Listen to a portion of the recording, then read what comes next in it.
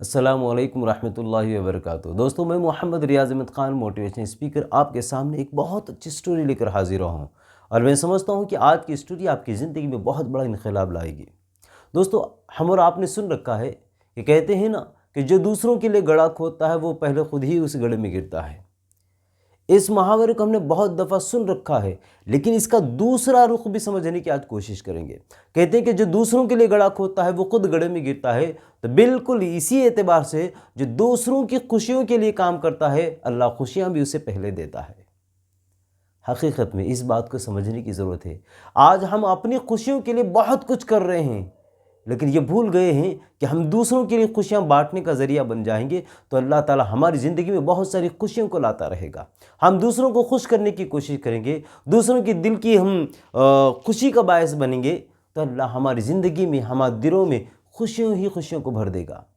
दोस्तों, कहते ना, बाज़ लोग ये समझते हैं कि खुशी का ताल्लुक़ सिर्फ पैसे से होता है। नहीं, पैसे से नहीं होता है। खुशियों का ताल्लुक़ पैसे से भी होता है।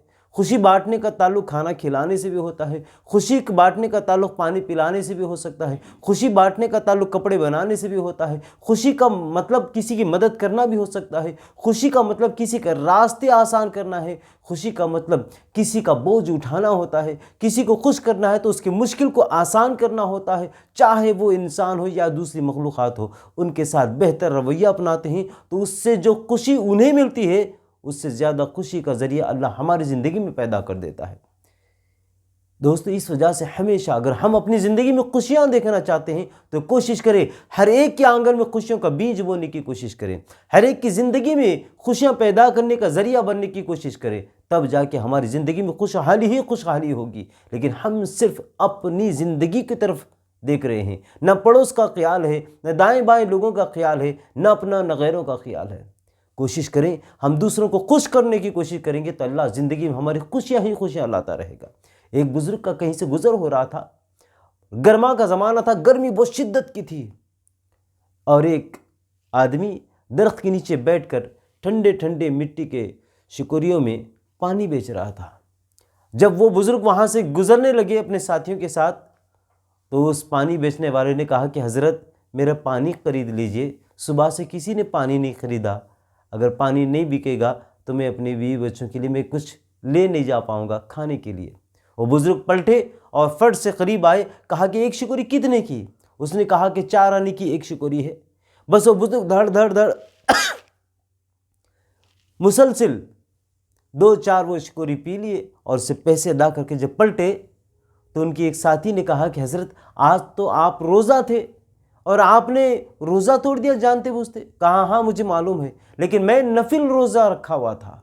मैं नफिल रोज़े की में फिर से पाबजाई कर ले सकता हूँ, दोबारा रह सकता हूँ, लेकिन इस गरीब का दिल टूट जाता तो फिर क्या होता। मैंने इसकी दिल की खुशी के लिए, मैंने इसे दुख से बचाने के लिए, इसकी ज़िंदगी में खुशी के लहर लाने के लिए मैंने पानी पी लिया। तो दोस्तों, ये होती है इंसानियत, ये होती है हमदर्दी, ये खुशी बांटने का तरीक़ा हुआ करता है। एक आपको बात बताऊं, हमारे हिंदुस्तान के पड़ोसी मुल्क का एक वाक़या है, चंद सालों पहले पेश आया था। एक नौजवान की माँ जो कई महीनों से कोमा की हालत में हॉस्पिटल में एडमिट थी, वो रोज़ सुबह आता, अपनी माँ को देखता, जितनी देर हो सके वो बैठता, फिर चला जाता, फिर आता, चला जाता। जब सुबह एक मरतबा आया तो डॉक्टर्स ने कहा कि बस इनकी हालत अब कुछ घंटों या कुछ मिनटों की है, हम कुछ नहीं कह सकते हैं, बस आप देख लो इनको आखिरी मरतबा, शायद कुछ देर के मेहमान हैं ये। वो नौजवान बस डॉक्टर की बात सुन रहा था और आंखों से आंसू रवा थे। ये आईसीयू के रूम से वो खिड़की से ग्लास से अपनी माँ को देखा और हालत भी बता रही थी, कई महीनों से कोमा की हालत में है, चंद दवाइयाँ पे टिकी हुई मामला था उनका। तो वो रोते रोते माँ का दीदार किया और हॉस्पिटल से बाहर निकला। हॉस्पिटल चूँकि शहर के बिल्कुल किनारे पे था, बहुत बड़ा हॉस्पिटल था वो हॉस्पिटल से टहलते टहलते आंखों से आंसू बह रहे हैं और बस चले जा रहा किसी धुन में, अपनी एक रोड के किनारे से जा रहा है। बहुत दूर निकल गया, बस माँ का चेहरा आंखों में और आंसू बह रहे हैं। जब एक मुकाम पे पहुंचा वो कुछ दूर तो देखा कि सड़क के किनारे एक बिल्ली है जो मिट्टी में इधर उधर कुछ खाने पीने की कोशिश कर रही थी। उस बिल्ली को ये अपने आंसू बहती हुई हालत में उसने गौर से देखा कि समझ गया कि बिल्ली को शायद बहुत ज़्यादा भूख लगी है। वो मिट्टी में कचरे में इधर उधर मुंह डाल रही है और म्याऊं म्याऊं म्याऊं पुकार रही है। ये नौजवान के दिल में पता नहीं कहाँ से बात आई। फिर वहाँ से फिर तेज़ तेज़ कदम उठाता हुआ दौड़ आया और हॉस्पिटल के करीब से उसने थोड़ा सा दूध खरीदा और एक पुराना सा बर्तन लिया और फिर वैसे ही अंदाज में चला गया और बिल्ली जहाँ थी वो बिल्ली के करीब बैठा और टूटे हुए पुराने बर्तन में उसने पूरा दूध का पैकेट उंडेल दिया और बैठकर बिल्ली को दूध पिलाता रहा। बिल्ली बहुत देर तक दूध पीती रही, इसका चेहरा देखती रही, दूध पीती रही, इसका चेहरा देखती रही। उसके बाद में जब सारा दूध पी चुकी बिल्ली तो ये नौजवान वापस चले आया और हॉस्पिटल आया और आने के बाद माँ के पास बैठा रहा। शाम तक हालत तो ठीक थी, लेकिन जब शाम तक भी डॉक्टर ने कहा कि अभी जान बाकी है, अभी सांसें चल रही हैं, तो वापस अपने घर आया। फिर जब दूसरी सुबह पहुंचने की तैयारी कर रहा था कि हॉस्पिटल से फ़ोन आया कि आप फ़ौरन हॉस्पिटल जल्दी आइए।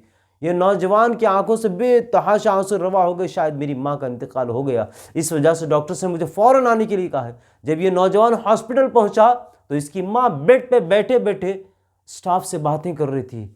ये देखकर दंग रह गया, अचंभे में आ गया। सारा हॉस्पिटल परेशान था कि जिसकी चंद सांसें बाकी थी, चंद सांसें, और वो आज सेहतमंद होकर बेड पे बैठी भी है और बात कर रही है। ये लड़का दौड़ते हुए गया, अपनी माँ के गले लगकर रोने लग गया। हजारों खता रो रहा था, माँ तुझे बात करते हुए देखने के लिए तरस रहा था। ये कैसा करिश्मा हो गया कुदरत का।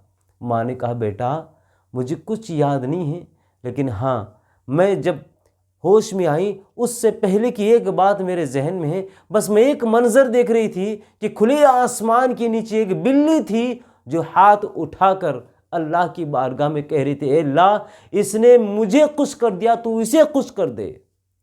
बस बेटा उसके कुछ देर बाद मुझे होश आया, मुझे ऐसे ही लगता है। तो दोस्तों हम किसी भी मखलूक को, इंसान ही नहीं किसी भी मखलूक के साथ खुशियाँ बांटने का मामला अगर पेश करते हैं तो यूँ समझो कि वो हमारी ज़िंदगी में बहुत बड़ा डबल टिबल होकर हमारी ज़िंदगी में खुशियाँ पलट आने वाली होती हैं।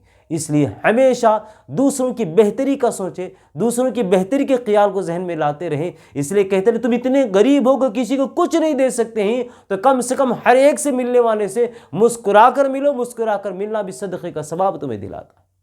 तो दोस्तों आज से हम अहद करते हैं कि हम जितना हो सके हस्ब हैसियत हम कोशिश करेंगे कि हमारे दाएं बाएं आगे पीछे रहने वाले सोसाइटी समाज में हमसे ताल्लुक़ हो या ना हो, हम सबको खुशियाँ बांटने का काम करेंगे। सबकी ज़िंदगी में खुशियाँ रहे, अल्लाह बस सबकी ज़िंदगी को खुशहाल बनाए। इसी उम्मीद के साथ मैं आपसे अदबन गुजारिश करते हुए अपनी बात को इख्तिताम की तरफ ला रहा हूँ कि हम सारी ज़िंदगी को लोगों की खिदमत में लगाएँ, खिदमत खल्क़ में लगाएँ, लोगों को खुशियाँ बाँटने में अपने आप को सर्व कर देंगे। यही हमारी बख्शी का ज़रिया हो सकता है। उम्मीद करता हूँ कि आप इस वीडियो को ज़्यादा से ज़्यादा लाइक करेंगे, शेयर करेंगे, कमेंट करेंगे और मेरे चैनल को सब्सक्राइब करते हुए लोगों को सब्सक्राइब करने की तलक़ीन करते रहेंगे। अस्सलामु अलैकुम व रहमतुल्लाहि व बरकातुहू।